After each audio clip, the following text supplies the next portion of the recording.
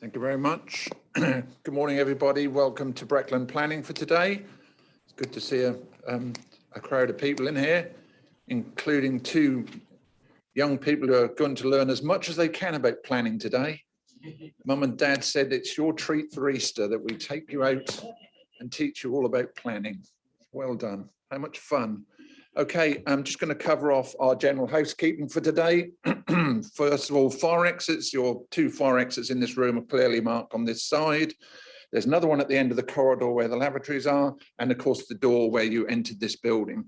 There are no tests planned for today, so if we hear an alarm, we will treat it as genuine, and we will all vacate the building and meet in the car park. If you're wondering which way you're going to go on the time, just follow any of this lot, because they're all a load of scaredies and they'll be the first out of the door. So just hang on to their coattails and you'll get out of the building.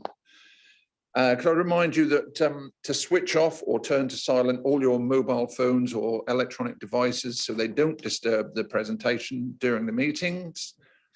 We used to fine you, and I'm sure we can still fine you, and that would go to the chairman's charity. And that's not me, that's the chairman of the council. So if you want to continue your business, we'll turn you upside down and get some money out of your pocket anyway. The procedure is when each item is raised, I've got a list of people who have registered to speak for today, and I'll ask you to come forward and sit on the right-hand side. The officers will do the presentation and I will lead you through when you can speak. You're normally put down to having 3 minutes, and when your time is up, you'll hear that bell. That doesn't mean shut up, it means can you just come to an end and finalize your presentation. That then equally doesn't mean another 5 minutes. Hope you're listening, Councillor Wilkinson. Yes, good. It just means just finish up now so we're done. Thank you. Introduction, let me introduce my team for the day. On my left-hand side, I have Mike Horn, who is solicitor to the council. On the right-hand side, we have Simon Wood, who's head of planning and building control. Sitting at the far end, we've got Gemma Manthorpe, our principal planning officer. And behind us, we've got Tom Donnelly, who's our senior planning officer. We've also got Julie Britton in front from Democratic Services. And at the back, we've got Becky Harris, who is our usher for today. And Becky's also there if you've got a query while we're going on, you can actually ask her and she'll try her best to sort something out, or at least come to me and ask what we're going to need to do. Good, I think that's covered. So we'll carry on with the meeting in full as per the agenda. Item 1 is to confirm the minutes of the meeting held on the 15th of March 2022. I know you've all read them, and so can I sign them off as agreed? Thank you very much. Well done, guys. I'll just do a lovely little scribble there. There we go. Thank you. That's that done.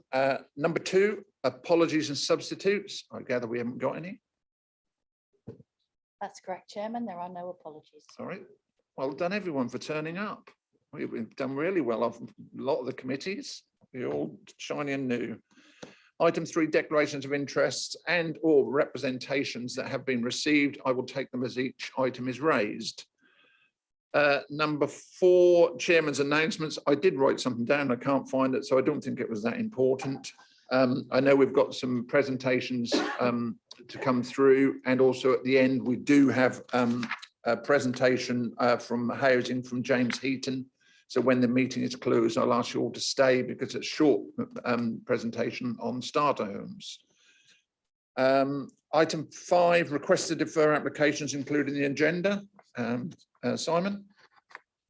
Yes, Chairman, we've had the request to defer the first item in relation to the tree preservation order. The applicant is getting their own survey and we need to consider the outcomes of that. It will come back to the May committee. Thank you. Okay, thank you very much. Do we have any items of urgent business? Mark. Oh, sorry, Mark.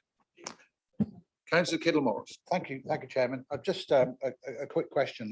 I'm interested in the deferred application at Wellingham. I appreciate we're waiting for some ecological. I can't say it either. Ecological reports. Have we got any estimates to how long that's going to be? It could be, excuse me, a little bit easier because it says here it's a fairy unit and not a dairy unit.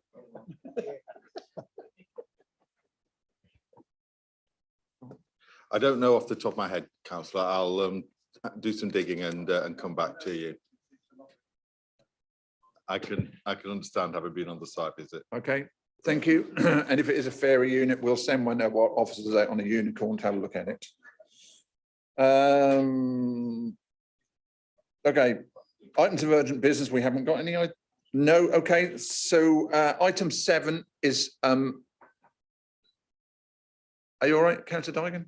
I'm just sending something down to Morris for his friend. Okay. Oh, okay. I thought you were passing. I thought you were passing love letters for a moment. Can't have any of that. So, item 7, local plan update. Simon, over to you, please. Thank you, Chairman. I've got a few things I need to pick up under the auspices of the local plan update. The first is in relation to the local plan itself, and members will be aware that at the moment we are out for the initial first round of the call for sites process in relation to proposed sites for residential, employment, leisure, various other uses that would fall within the remit of the local plan, including a separate call for sites for local green spaces, which are areas of land that local communities consider are important to them and would like to be protected. Details are on the website, Chairman. The closing date for both of those call for sites is the 20th of May this year. Any proposals that come forward will be on the website, so will be in the public domain. I would also just make the point that this is a very initial tranche of land coming forward, and there is no implications in terms of any likelihood of them being allocated or getting planning permission. It is very much a search exercise. Shall I? Do we have any questions on local plan before we move on? Councillor Attawell.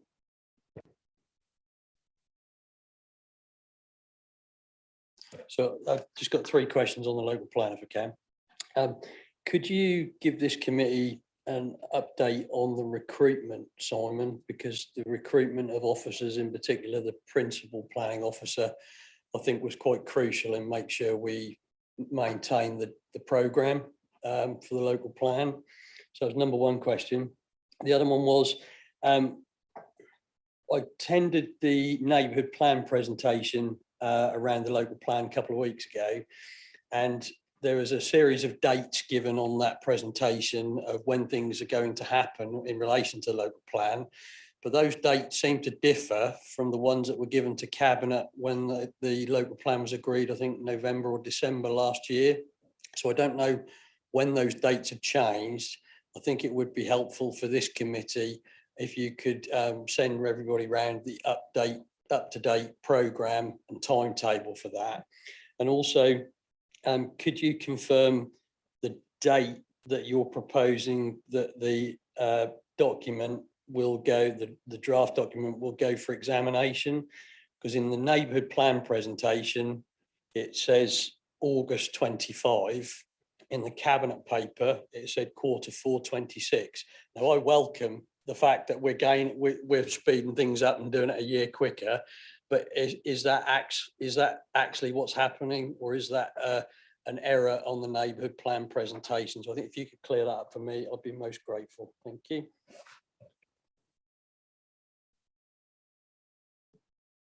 Thank you, Chairman. In terms of the latter 2 points, I'll have a look and make sure that I clarify the dates in terms of the local development scheme and in terms of when the submission date is.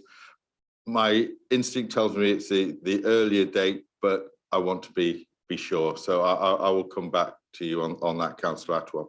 In terms of recruitment, we have successfully recruited to the senior planning role internally. So we haven't actually got additional people as yet, but we have managed to recruit. So Rachel Gibbs has been promoted to the senior planning officer role with immediate effect. We have got advertisements out for the principal planning role, and we are just issuing an advertisement this week for Rachel's replacement. Recruitment is difficult. but we will keep you updated, and we would hope to be able to recruit in the next few weeks. If we're not able to recruit, then we do have a resource through the wider Capita family, which we've discussed before, which we already have commitment to be able to use that resource as we need it to ensure that the local plan moves promptly against timetable. But we will keep this committee updated on recruitment. Thank you. The wider Capita family. Yes, It's a bit the wider scary, Capita isn't it? family, it is scary. Questionable parenting. But yeah. We'll move on now then from the local plan. Yeah. You've got a couple of other issues you wish to raise. Thank you, Chairman. I do have another couple of issues to raise, which is in relation to policy, but also has an impact on decision making and in relation to applications that you will be determining this morning, Chairman. The first is in relation to GI RAMs, which is in relation to green infrastructure. And I suspect that most of you have heard this term being used, and you'll be aware that a report went to the last cabinet to enable us to adopt a green infrastructure strategy and to enable us to charge developers for appropriate development a tariff of £185.93 for each residential unit that is being approved. The strategy is designed to address the recreational impact of development upon European protected sites such as the Brecks, the Broads, the North Norfolk coast, etc. It is a county-wide strategy. It is a legal requirement and something that all local planning authorities have to have regard to when determining planning applications. We are doing this from the 1st of April in line with other Norfolk districts, and we will seek to obtain the tariff either through a formal Section 106 agreement, which is a bilateral agreement between the developer, other interested parties, and the district council as local planning authority, or in the case of minor development, through a unilateral undertaking, which is a document that the developer or the applicant will sign and will commit to paying that tariff prior to commencement of their development. The strategy sets out within it various ways in which the monies raised will be spent in relation to mitigating recreational impact, in terms of finding additional sites to divert people away from the protected sites, to improve signage and to employ wardens, to go through an education program, matters of that nature. The strategy is extremely long, but it is on the website, and you are welcome to look at it if you feel so inclined. And I'm quite happy to take questions, Chairman. Any questions from members? Councillor Kybird. Thank you, Chairman. In terms of applying that levy on prior to commencement, surely the increased pressure on the recreational use arises on occupation and not on commencement of development. Yes, I understand the point that you're making, Councillor, but I think it's appropriate in this instance that the mitigation is paid up front, and we're enabled to be able to use it at the earliest possible opportunity. I do know that there are districts in Norfolk that are seeking for this to be paid before planning consents are actually issued through a separate section of the Local Government Act. We feel that it's more appropriate to do this through the unilateral undertaking, the Section 106 route, as it's fairer for developers. But I do think that we need to be ensuring that we get the monies before work takes place on site. I'll take your point away and consider it, but my instinct says that prior to commencement is the right trigger. Any other questions from members? No. Okay, fine. Are you completed? I am. I'm now going to go on to the topic of nutrient neutrality. There we go. So if you just bear with me whilst I share my screen.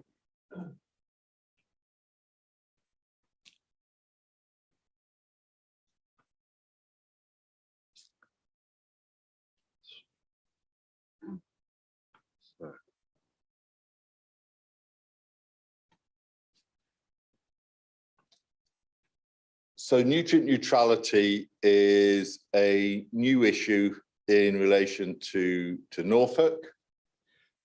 Norfolk districts, along with about 40 other districts within England and Wales, got a letter from Natural England, which advised us that there were protected areas within their district that was suffering from poor water quality because of the increase in nutrients, namely phosphorus and nitrogen, into those special areas of conservation. You will hear those referred to as SACs, S-A-A-C. So in Norfolk, this has a particular impact on the River Wensum and on the Broads, and probably covers about 2/3 of the county. The purpose of the advice is to ensure that no further nutrients are added to those protected water bodies. There are other schemes in place that will seek to reduce the nutrients. The aim of the planning system will be to ensure that the situation is not made any worse. This is derived from European law and the habitat regulations, which have come over into UK law. So the impact of increased pollution in those water bodies is that it causes eutrophication. And I can say it, but I'm not necessarily sure I know exactly what it means. It does decrease biodiversity, it depletes oxygen, and it does result in poor water quality. There are various reasons why this occurs. There is runoff from agricultural land, but there is also the impact of surface water and foul water from residential development. A lot of this is to do with the impact of sewage treatment works, and there will be a role for Anglia Water in terms of how they upgrade and ensure that wastewater treatment works are satisfactorily addressing this problem.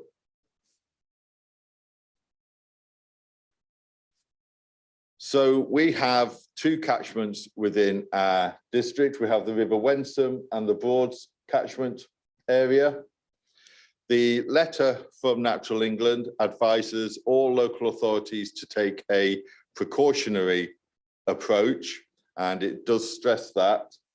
And initially, that will prevent decisions being made on all planning permissions that have wastewater implications.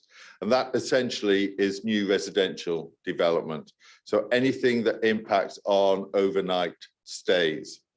You will see within your agenda pack today that there are some applications that fall into that category. And at the end of the presentation, I will advise you how we're going to be dealing with them.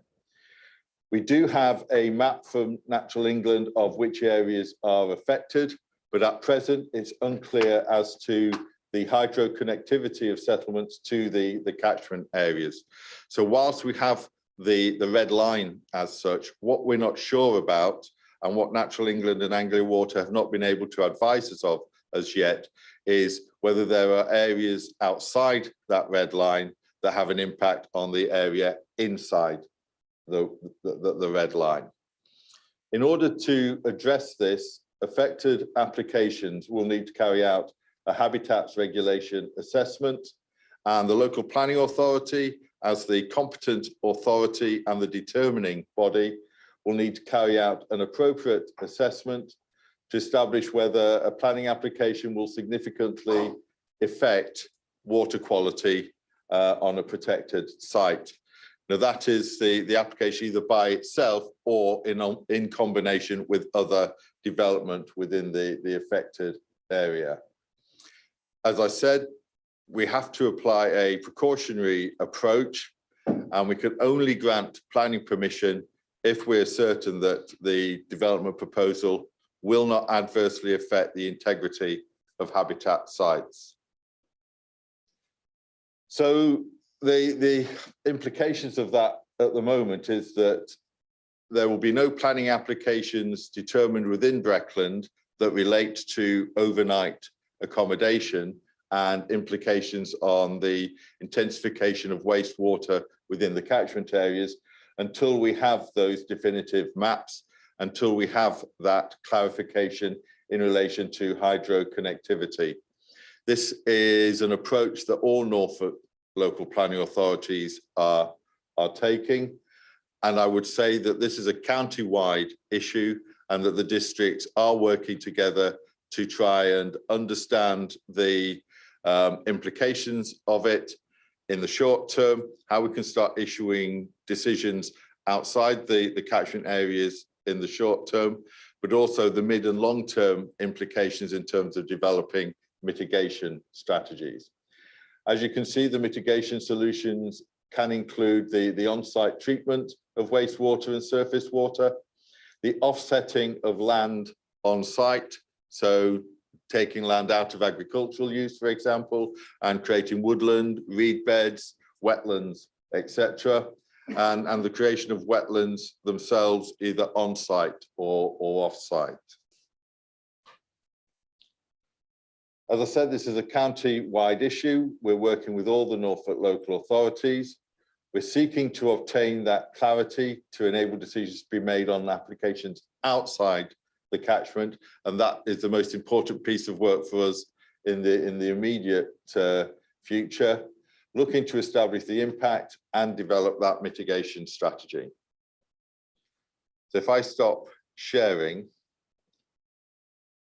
there we go.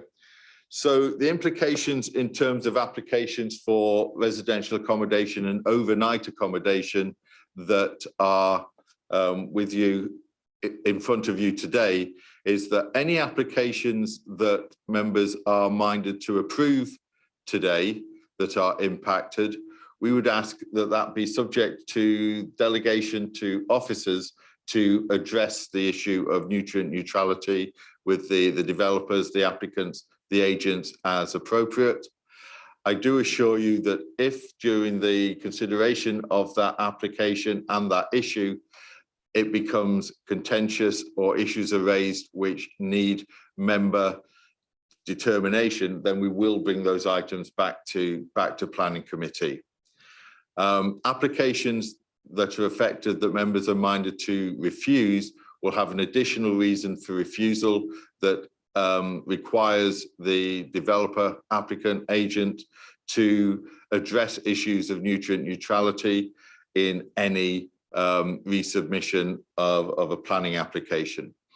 If a planning application that is refused goes to appeal, then the planning inspectorate becomes the competent authority, and they will have to address this matter through their determination of any planning appeal in the same way that the local planning authority would in the determination of a planning application.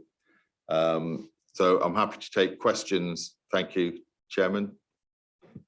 Thank you. I know this is a complex issue, and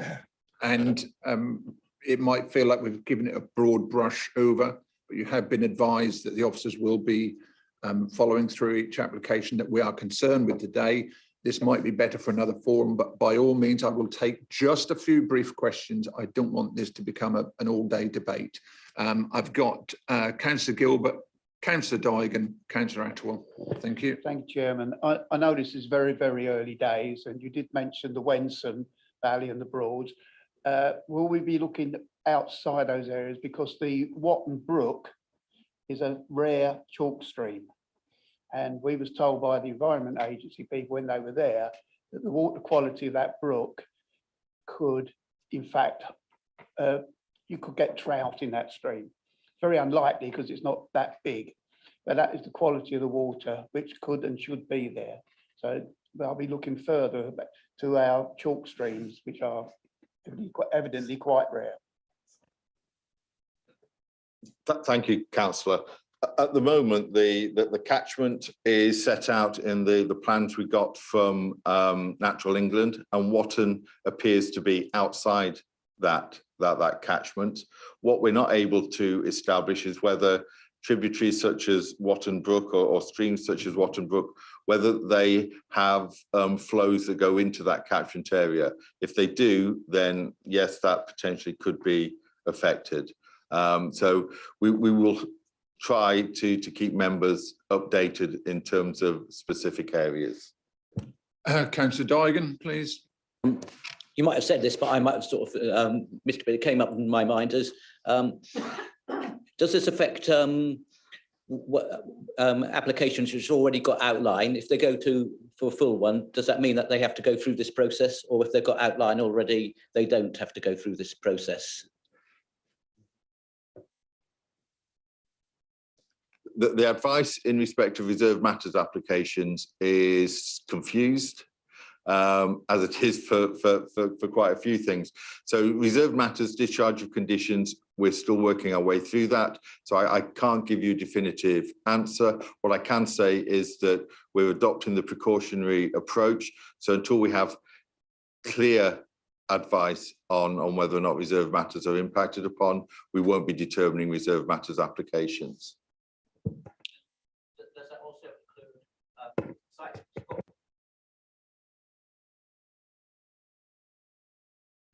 If a development has full planning permission, then it doesn't impact upon it, though it may, if they have discharge conditions in relation to drainage, may be something they have to address.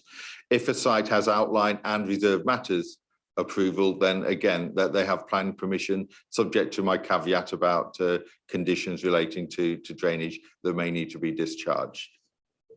Thank you. Councillor Attwell, please.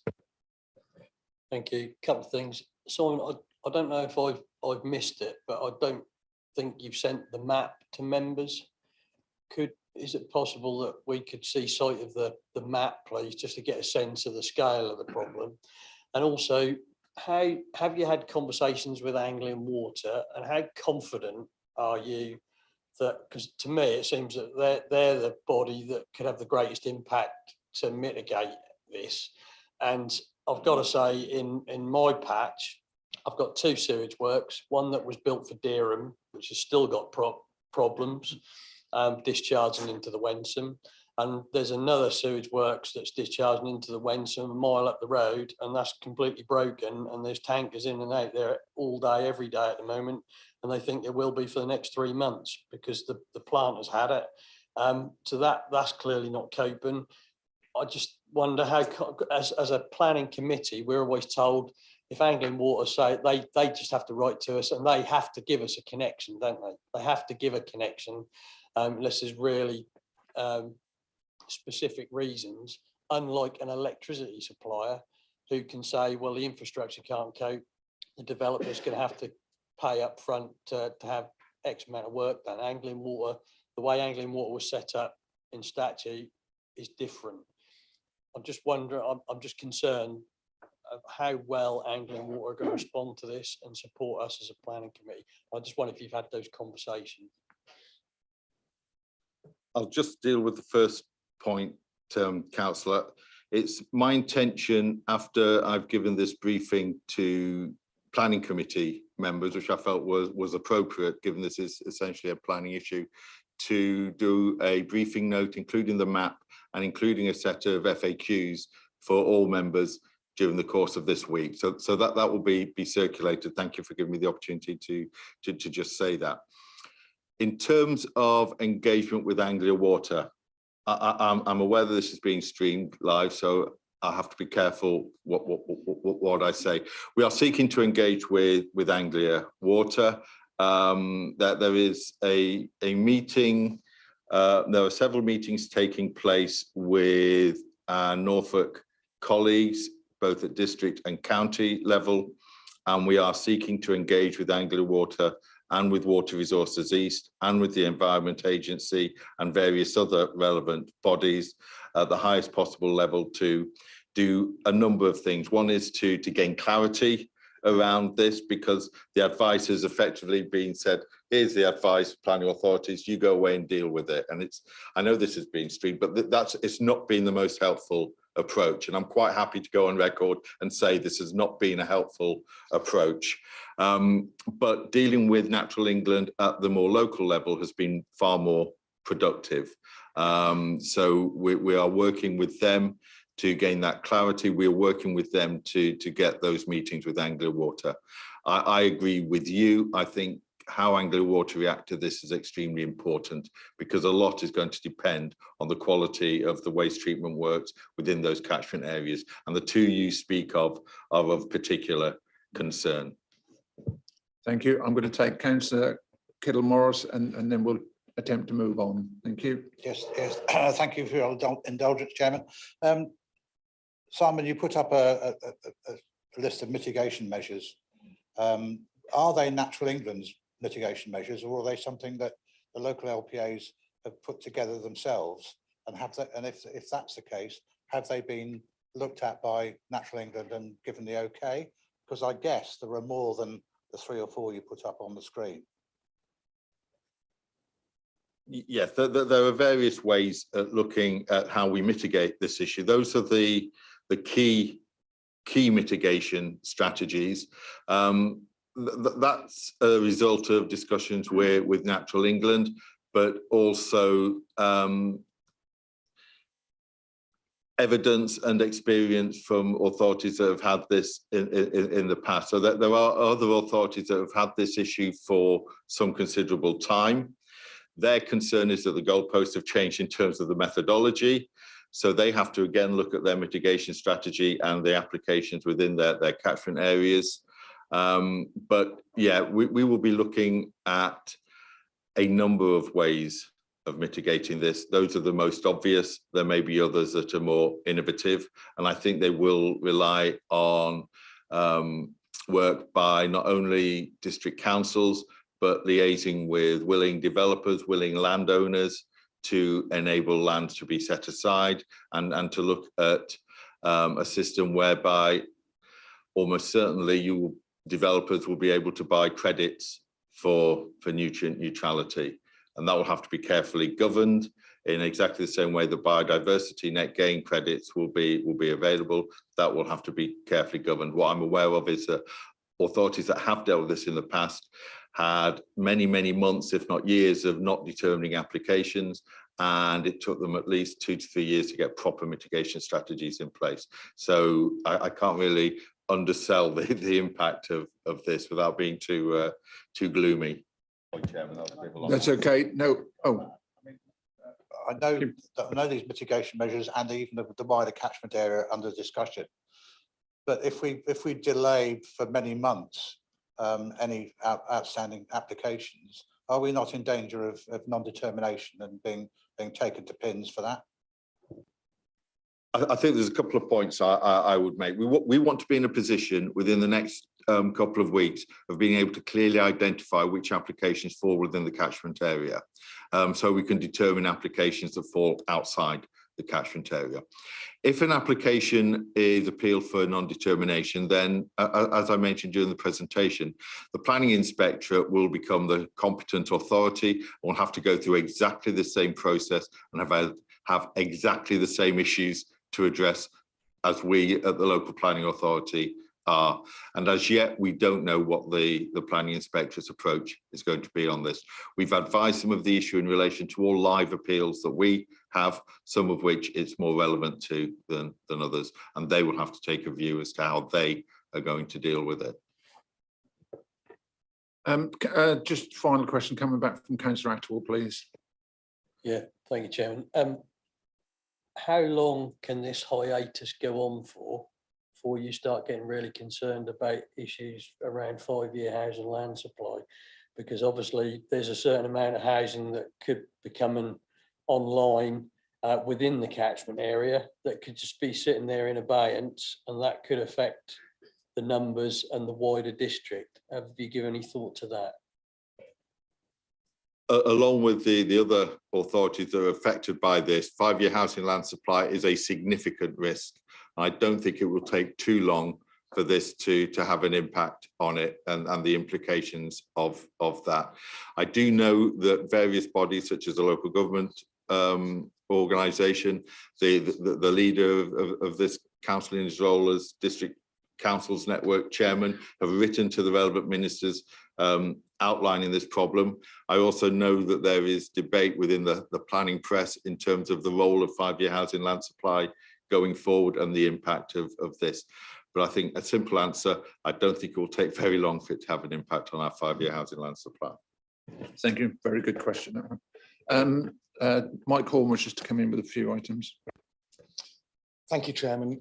Just to say that on this one, when it comes to the delegations, we need to be really very precise and maybe more careful than we are habitually concerning the precise drafting of the delegation that you're giving officers to deal with this matter.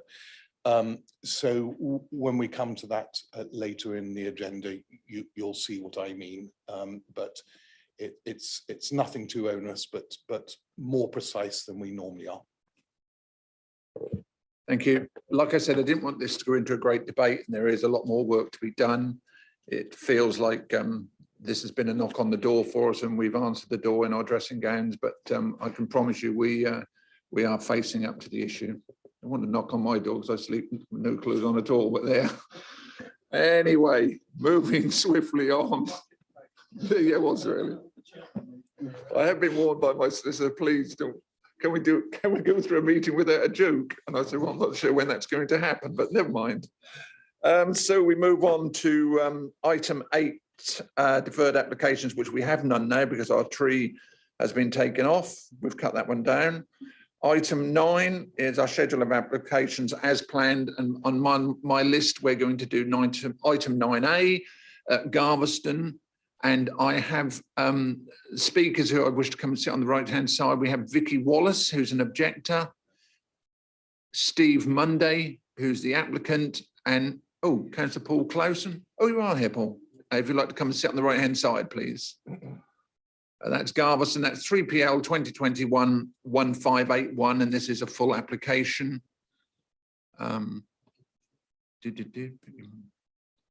Steve Mundy, oh, sorry, I didn't see you get up. Come and sit down, guys. Thank you.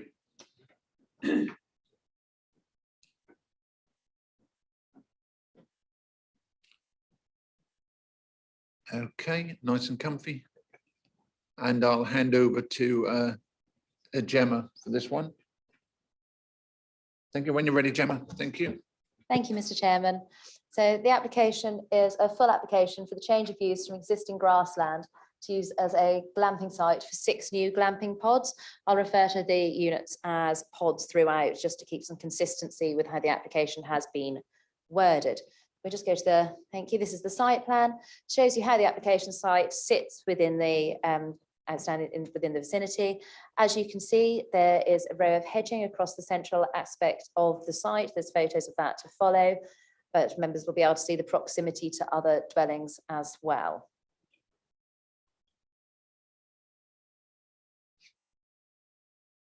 Thank you. Just to give an overview, that's the red line plan again, which shows the demarcation of the hedge line. It also shows there is a small pond related to the site. This is picked up within the report regarding drainage, and so there's better photographs of it later on in the presentation. Shows the site as existing and as proposed, which proposes these 6 pods. Members can see the layout of the pods. I think there's approximately 17 metres between them.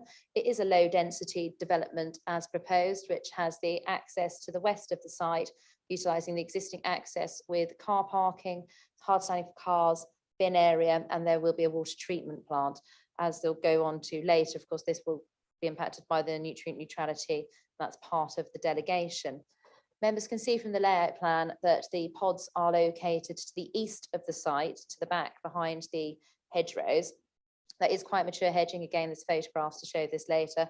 And you can see the proximity to the nearest houses on this plan there, which are to the north of the site, marked as Gunson's Farm Bungalow, actually on the map before you.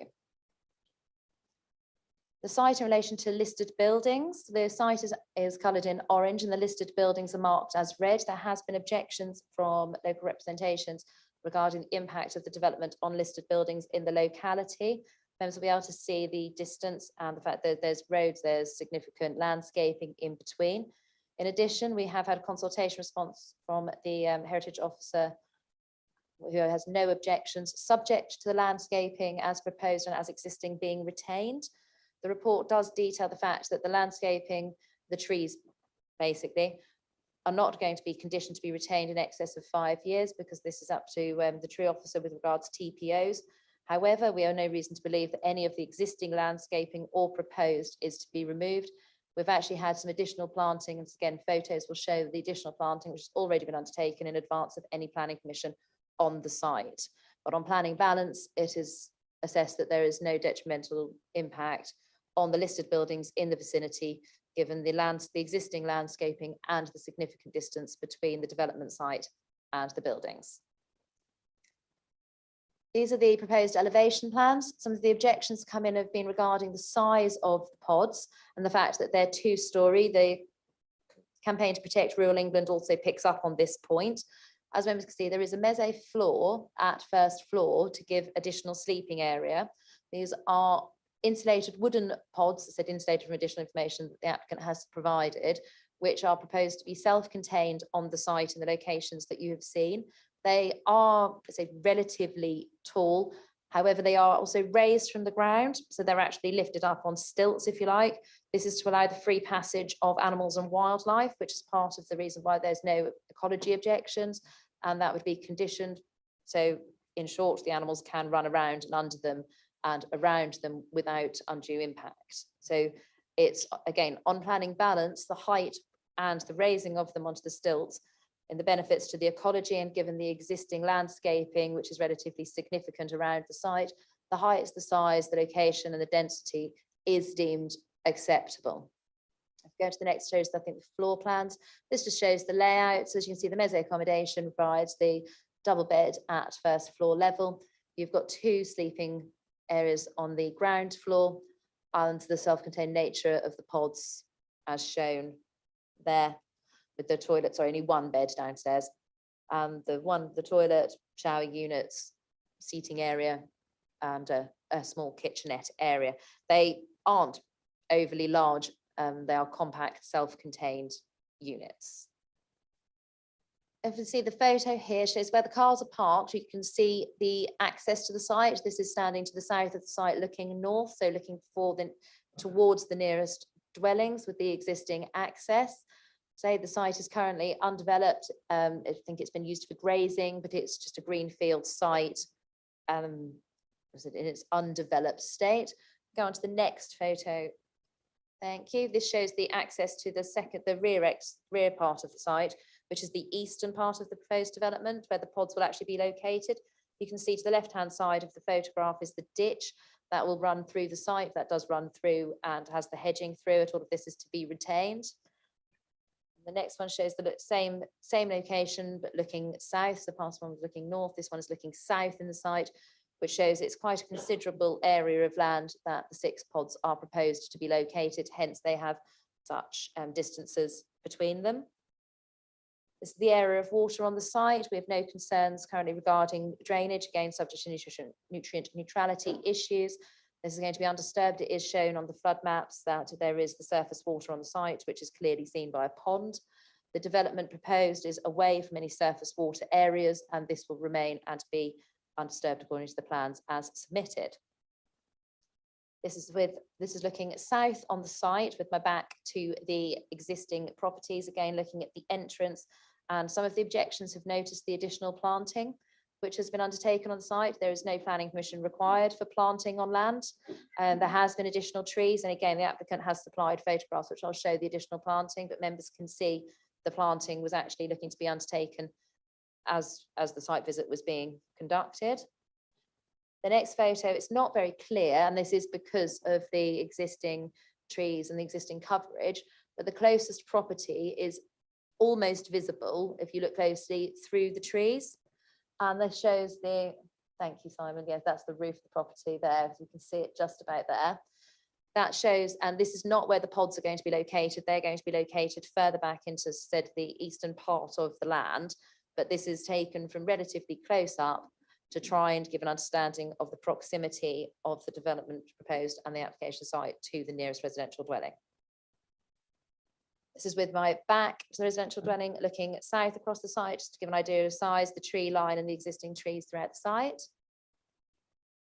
And again, this is the tree line throughout the central part of the site, just to give, again, the idea of the landscaping as it currently is prior to any additional planting. These site photographs have been provided by the applicant to demonstrate just it is March, but there is more leaf coverage, there is more foliage available on the site. And that's one from the road showing looking into the site, or not looking into the site, but showing the coverage there. And the next photo will show the planting which has been carried out by the applicant. Again, planting trees on open grassland is not a matter for the planning authority until planning permission is granted, and then the landscaping scheme can be conditioned, and that would be conditioned to have planting carried out. This is simply planting that's been carried out by the owner of the land prior to any planning permission being granted. Thanks, Simon. If we go back to this, shows the location plan again. The primary objections have been regarding traffic and noise and the potential for the use of the land later on.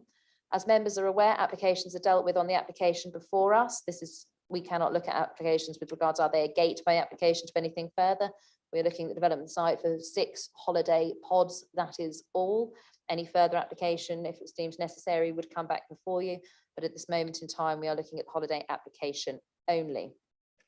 The increased traffic to the site, highways have noted that they have no objections owing to the small size of the site, and that was primarily their comment. They have asked for conditions on the application. There's been objections regarding the impact of the development in cumulative to Ramsden Hall, which has been granted permission to be a wedding venue, which is just opposite the site. It was the furthest away listed building that members saw on that map. Again, highways have no objections. They are obviously aware of the development across the road. There's been objections saying that this is part of that application to do with the wedding venue. The applicant has informed me this is nothing to do with the wedding venue, and actually the owners of the hall have also said this is not to do with the wedding venue. With regard to noise, this has been a consistent objection as well from the Parish Council, from the Community Protection of Rural England, from your local councillors, and from persons residing in the vicinity of the site. There will be an increased level of noise from what the existing site is. The site is existing grassland with a minimal level of noise. The applicants have submitted an enhanced management plan to try and demonstrate yourselves and to the planning authority how they will deal with noise. Environmental Health have asked that there is a condition that a management plan is submitted. This will remain, notwithstanding the advanced management plan that has been submitted.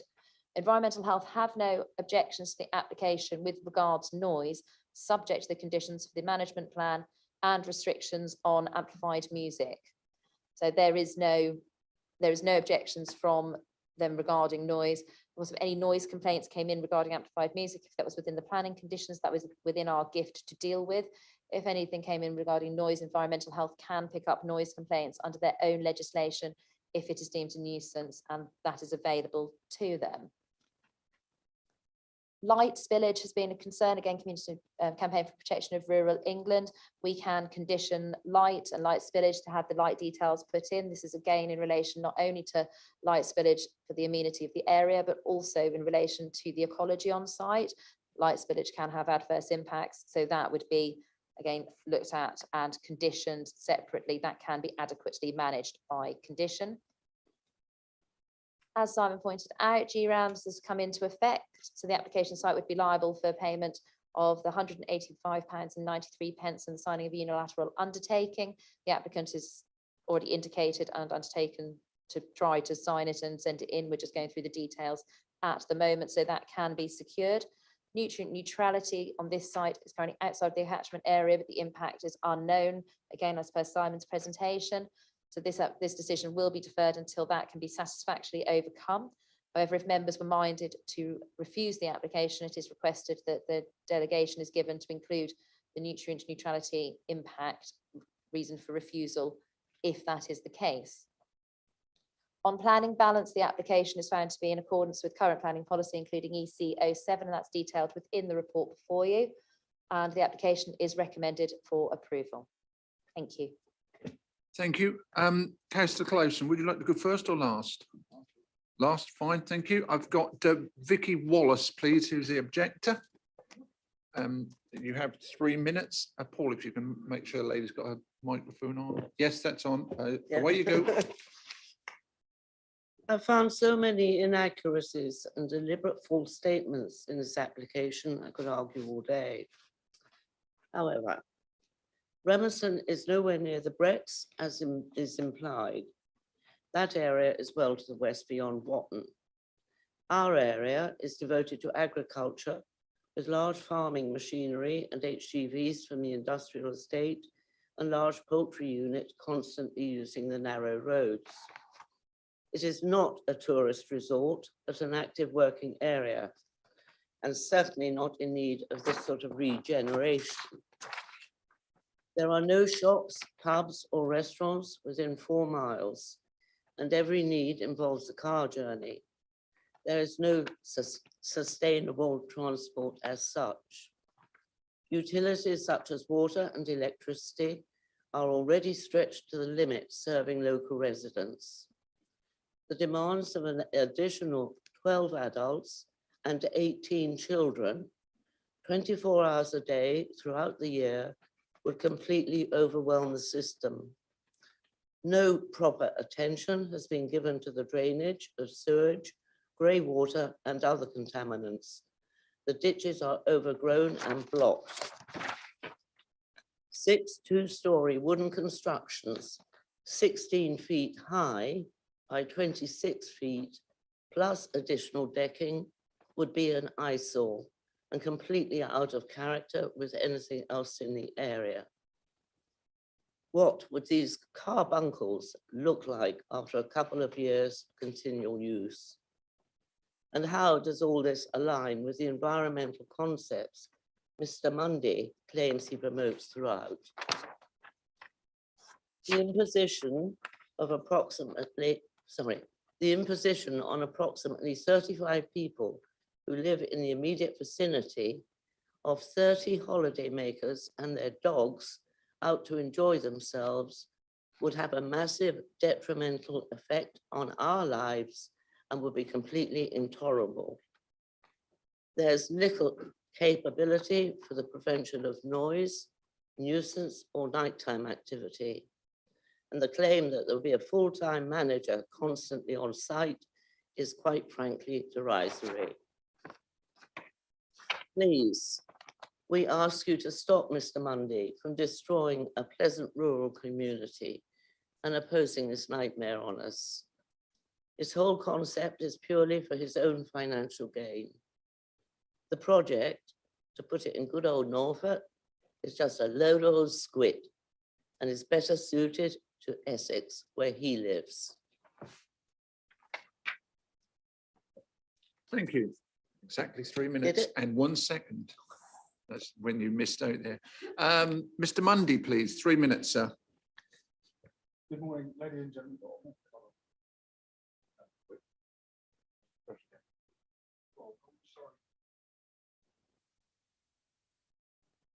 There we are. Thank you. Good morning, ladies and gentlemen, and members of the Planning Committee. My name is Steve Mundy, as has been said, and I'm here with my wife, Claire, and our children, Ethan and Isla. But Claire and I are teachers, not developers, and part of this planning has been a family venture for some time in the county where I grew up and where my parents still live. I must highlight the unique feature of this proposal that has already been referenced. Unlike any glamping site within 15 kilometres of our proposal, there are no canvas structures or shared facilities at all. A completely different proposition from yurts, bell tents, teepees or similar. This is a modest arrangement of just 6 high quality, fully insulated, low impact timber pods. The main attraction, as has been described, is the setting itself, a private grass meadow. We didn't apply for a camping license through an exempted organisation, as many suggested would be the easiest route, as we want to invest in high quality, low volume site that will provide employment for at least 1 local person and be sensitive to the environment and to our neighbours. We have already planted 60 native trees, paid close attention to all the relevant planning policy, and the Norfolk Pond project have been very helpful in providing guidance on further ecological enrichment. We really do care about enhancing the biodiversity of the site and developing something that will be something our children and the community will be proud of.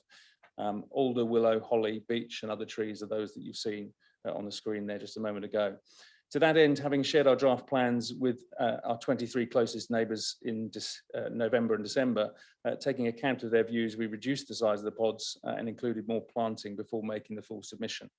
The vast majority were supportive once they understood our modest intentions. Indeed, we have been in regular contact with a number of closest residents who have been complimentary about the plans and of the native planting already undertaken. We received many kind and supportive comments during our doorstep conversations and in the weeks that followed by email, including, "It sounds exciting, good luck. Thank you for coming to see us and telling us about it. We appreciate that.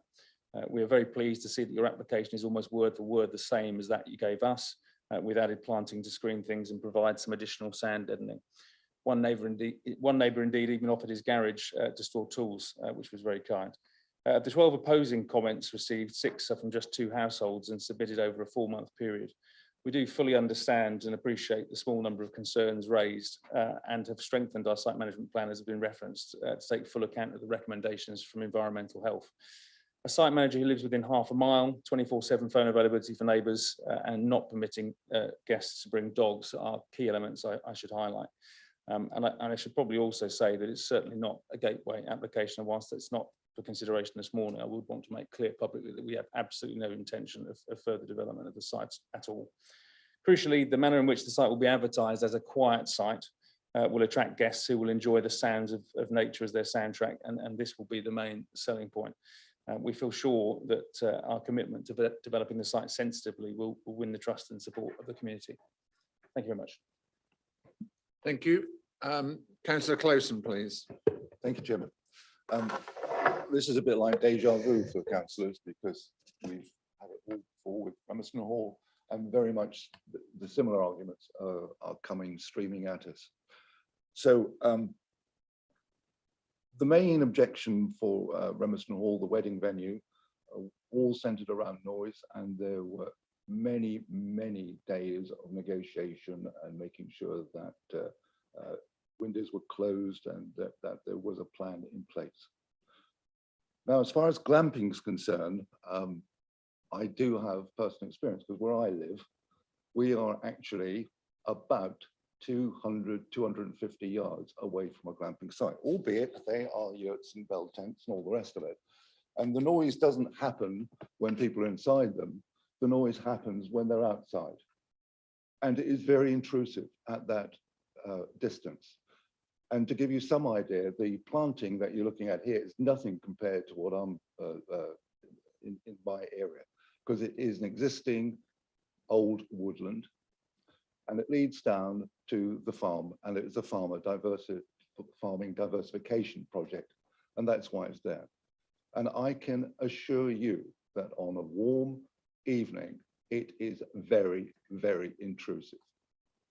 And it happens weekends and evenings are the most intrusive times, no question about that. And I think the neighbours have every right to be worried. And as I say, I live 4 times further away and there is far more screening, and I can't see the glamping that's there, but we certainly can hear it. And the only thing that happens there is that the farmer actually lives beyond the glamping site. And we, the neighbours, know when there's been a bit too much noise, because he on site puts it to rights, or he will get a text from one of us neighbours. Now that isn't happening here, and that's one of the primary concerns that the neighbours have, that there is no management on site. So I would ask you to listen to my personal experience on this, and I've been listening to what the planning people have been saying. That is loads of distance between it. I promise you, it's not. I promise you, it's not, because of the nature of what they do. And when people get to be outside, they become very noisy. End of. Thank you, Chairman.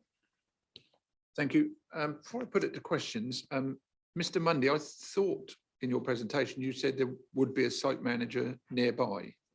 Is that correct? Oh, sorry, just 1 sec. Try now. Thank you, Chairman. Yes, we've, without disclosing too much at this point, we have had conversations with someone that lives within half a mile of the site who'd be very keen to take that role. Yes. Okay, that's fine. That's what I thought my brain had made that up. Okay, it's open to questions from members. Anyone got questions on this item at all? Councillor Kittle-Morris. Yes, thank you, Chairman. There was a photograph in your presentation of a distant house through a hedgerow. I just wonder if you could put the site map up and show me exactly where that photograph was taken. That's the photo back, whatever. In relation to on that map, if you could just put your cursor over, it was taken there, and which house are you looking at? One across the road. One there. Okay. Okay. All right. Thank you. Okay. Any other further questions? No. Councillor Kybird.